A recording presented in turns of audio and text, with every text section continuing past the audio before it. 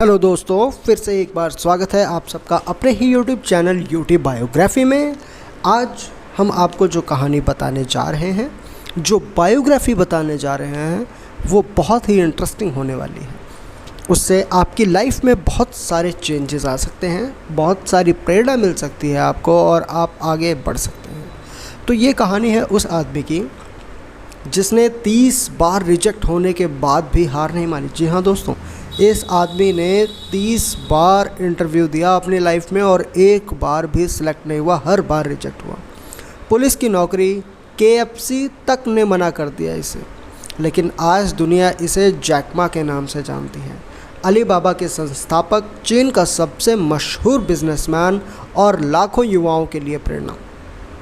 तो इस वीडियो में हम जानेंगे कि जैक मा की ज़िंदगी की असली कहानी क्या है, उनकी गरीबी, संघर्ष और असफलता के पीछे जो सच्चाई है वो सब जानते हैं हम। तो पार्ट 1 शुरुआत करते हैं बचपन की गरीबी और अंग्रेजी सीखने की दीवानगी से। क्या आप यकीन करेंगे कि एक लड़का जिसे 30 से ज़्यादा बार रिजेक्शन मिला, जो KFC में जॉब भी नहीं पा सका, वही दुनिया की सबसे बड़ी ई-कॉमर्स कंपनी का मालिक बना। बात है 1970 के दशक की। चीन का हांगझोउ शहर। वहाँ एक छोटा लड़का जिसके पास ना पैसे थे ना ताकतवर परिवार। उसका नाम था मा युन, जिसे दुनिया आज जानती है जैक मा के नाम से। उनका बचपन संघर्षों से भरा था। उनके माता पिता पारिवारिक संगीत और नृत्य में लगे थे, जिससे कोई बड़ा आर्थिक फ़ायदा नहीं होता था। जैक बचपन से ही दुबले पतले और छोटे कद के थे, अक्सर दूसरे बच्चों से कमज़ोर माने जाते थे। पर एक चीज़ जो उन्हें बाकियों से अलग बनाती थी वो थी इंग्लिश सीखने की प्यास। जैक मा रोज़ सुबह 5 बजे उठते और 8 किलोमीटर साइकिल चलाकर एक होटल के बाहर खड़े हो जाते। वहाँ विदेशी पर्यटक रुकते थे। जैक मुफ्त में उन्हें गाइड बनकर शहर घुमाते थे, सिर्फ अंग्रेजी बोलने का अभ्यास करने के लिए। 10 साल तक उन्होंने ये किया। कोई पैसा नहीं लिया, बस सीखा, समझा, सुना और ख़ुद को तैयार किया। पार्ट 2 रिजेक्शन के थप्पड़, 30 बार नौकरी के लिए नाकामी। जैक मा पढ़ाई में औसत थे। वो गणित में बार बार फेल हुए। उन्होंने यूनिवर्सिटी की परीक्षा में 2 बार फेल होकर तीसरी बार पास की। जब वो ग्रेजुएट हुए तब उन्होंने 30 से ज़्यादा कंपनियों में नौकरी के लिए अप्लाई किया, पर सबने उन्हें रिजेक्ट कर दिया। KFC की कहानी आज भी इंटरनेट पर वायरल होती है। जब KFC के हांगझोउ में ब्रांच खोली तो 24 लोगों ने अप्लाई किया, 23 को नौकरी मिली। सिर्फ जैक मा को रिजेक्ट कर दिया गया। यहाँ तक कि पुलिस में भी उन्होंने अप्लाई किया। वहाँ भी उन्हें कहा गया कि तुम इस काम के लायक नहीं हो। लेकिन जैक मा हार मानने वालों में से नहीं थे। उनका मानना था, fail fast, fail often, but never give up. और इस एटीट्यूड के साथ इंसान अपनी लाइफ में ज़रूर कुछ ना कुछ करता है। अब बात करते हैं पार्ट 3। पहली बार इंटरनेट देखा और पूरा जीवन बदल गया। 1995 में जैक मा अमेरिका गए, एक बिजनेस ट्रांसलेटर प्रोजेक्ट पर। वहाँ पहली बार उन्होंने इंटरनेट देखा। उन्होंने याहू में बीर टाइप किया, दुनिया भर की जानकारी आई, लेकिन चाइना टाइप करने पर कुछ नहीं आया।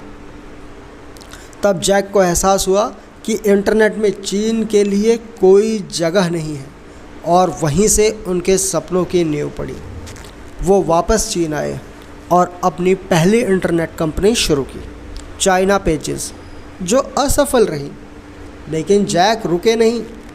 उन्होंने कहा, मुझे इंटरनेट का कुछ बड़ा करना है, कुछ ऐसा जो दुनिया को हिला दे।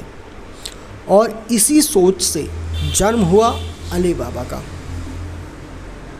बात करते हैं अलीबाबा की शुरुआत। 18 दोस्तों से एक कमरे में शुरू हुआ सपना। 1999 हांगझोउ।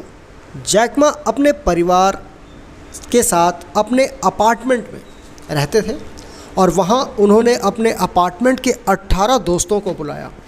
उन्होंने कहा, मैं एक ऐसा ऑनलाइन मार्केट प्लेस बनाना चाहता हूँ जहाँ छोटे व्यापारी, आम दुकानदार और बिजनेस दुनिया भर में सामान बेच सकें।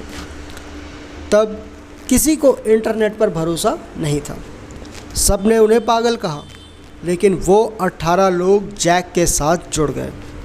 बिना कोई इन्वेस्टमेंट, बिना टेक्निकल बैकग्राउंड और बिना गारंटी के अली बाबा शुरू हुआ। नाम क्यों रखा अली बाबा? क्योंकि ये नाम हर भाषा में लोगों को याद रहता था। ओपन स्कीम यानी खुल जा सिम सिम, जैसे अली बाबा ने खजाना खोला था, ठीक उसी तरह जैक मा छोटे व्यापारियों के लिए ऑनलाइन सफलता का दरवाज़ा खोलना चाहते थे। इसके बाद पार्ट 5, पैसों की तंगी, 3 साल बिना मुनाफे का संघर्ष और पहला बड़ा फंडिंग। शुरुआत आसान नहीं थी। पहले 3 साल में कंपनी को कोई मुनाफा नहीं हुआ। जैक मा और उनकी टीम के पास खुद के खाने तक के पैसे नहीं थे, लेकिन लोगों ने अली बाबा छोड़ दिया। कई लोगों ने अली बाबा छोड़ दिया, लेकिन उन्होंने हार नहीं मानी। उन्होंने एक इंटरव्यू में कहा, अगर तुम हार मानते हो तो तुम्हारी कहानी वहीं ख़त्म हो जाती है, लेकिन अगर तुम चलते रहो तो शायद इतिहास बनेगा। साल 2000 में सॉफ्टबैंक के मशहूर निवेशक मसायोशी सैन ने जैक मा से सिर्फ 5 मिनट बात की और बिना कंपनी के प्रॉफिट या प्लान देखे $20 मिलियन निवेश कर दिए। क्यों? क्योंकि उन्होंने जैक मा की आंखों में आग देखी थी। पार्ट 6, अली बाबा का धमाका, अमेज़न से टक्कर और आईपीओ से इतिहास। अली बाबा ने जल्द ही पूरी दुनिया में अपने पैर फैला लिए। छोटे व्यापारी जो कभी बाज़ार में एक स्टॉल नहीं लगा सकते थे, आज दुनिया भर में अपना सामान बेच रहे थे। 2003 में जैक मा ने ताओबाओ शुरू किया, जो चीन का अमेज़न और ईबे बन गया। 2005 में याहू ने अली बाबा में $1 बिलियन का निवेश किया। फिर आया वो दिन जब 2014 में अली बाबा ने अमेरिका में आईपीओ लाया। ये आईपीओ था दुनिया का सबसे बड़ा आईपीओ, 25 बिलियन से भी ज़्यादा। अब जैक मा वो बन चुके थे जो कभी KFC में भी नौकरी नहीं पा सके थे। उनके शब्द थे, आज का दिन कठिन है, कल और भी मुश्किल होगा, लेकिन परसों खूबसूरत होगा। सत्ता से टकराव, पार्ट 7, सत्ता से टकराव। जैक मा की जुबान भारी पड़ी। 2020 में जैक मा ने एक इंटरव्यू और फाइनेंशियल कॉन्फ्रेंस में चाइनीज़ बैंकिंग सिस्टम की खुलकर आलोचना की।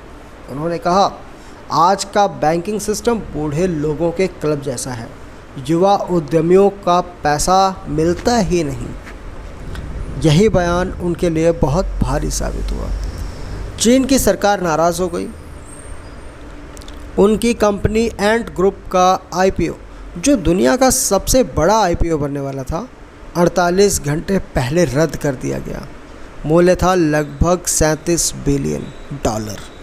लेकिन सब कुछ एक झटके में ख़त्म।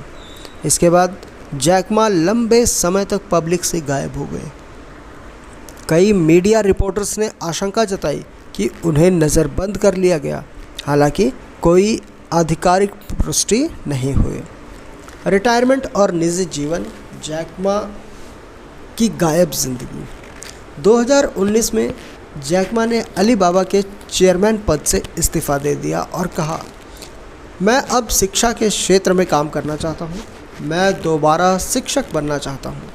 उन्होंने जैक मा फाउंडेशन के ज़रिए अफ्रीका और एशिया के ग्रामीण बच्चों की मदद करना शुरू की। लेकिन आईपीओ विवाद के बाद वो सार्वजनिक रूप से लगभग गायब हो गए। मीडिया से दूरी, सोशल मीडिया से दूरी और उनके कई इंटरव्यू भी हटाए गए। कुछ महीने बाद वे एक जापानी खेत में खेती करते हुए देखा गया। एक अरबपति जिसने सब कुछ पाया अब मिट्टी में हाथ डाले खड़ा था। आखिरी संदेश पार्ट 9, कभी हार मत मानो। जैक मा के कुछ अंतिम इंटरव्यूज़ अब भी इंटरनेट पर मौजूद हैं। उनके शब्द हर संघर्षशील इंसान को झकझोर देते हैं। अगर आप आज रात हार मान जाते हैं तो कभी मत कहिए कि आप सफल होना चाहते थे। आप जब छोटे हों तब बड़े सपने देखिए। अगर बड़ा सपना नहीं देखोगे तो बड़ी सफलता कैसे मिलेगी। गलतियां करो, लेकिन हर गलती से कुछ ना कुछ सीखो, क्योंकि यही तुम्हारी असली यूनिवर्सिटी है। आज जैक मा एक सादगी भरी ज़िंदगी जी रहे हैं। ना कोई तामझाम, ना मीडिया का शोर, लेकिन उनकी कहानी एक रिजेक्टेड लड़के से लेकर दुनिया की सबसे बड़ी कंपनी खड़े कर देने वाले आदमी की थी। वो एक इतिहास बन चुकी है। तो आशा करता हूँ दोस्तों, आज जैक मा की इस कहानी से, इस बायोग्राफी से आपको बहुत कुछ सीखने को मिलेगा। हमें कमेंट सेक्शन में बताइए कि इस बायोग्राफी का सबसे खूबसूरत पार्ट आपको कौन सा लगा। साथ ही अगर वीडियो आपको पसंद आई हो तो चैनल को सब्सक्राइब करें, वीडियो को लाइक करें, साथ ही प्रेस करें बेल आइकन, ताकि लेटेस्ट वीडियो की अपडेट मिल सके आपको सबसे पहले। तब तक हमारे साथ बने रहिए। हाजिर होते हैं फिर आपके पास एक नई बायोग्राफी के साथ। तब तक के लिए अपना ख्याल रखें, खुश रहें, खुशहाल रहें। जय हिंद, जय भारत।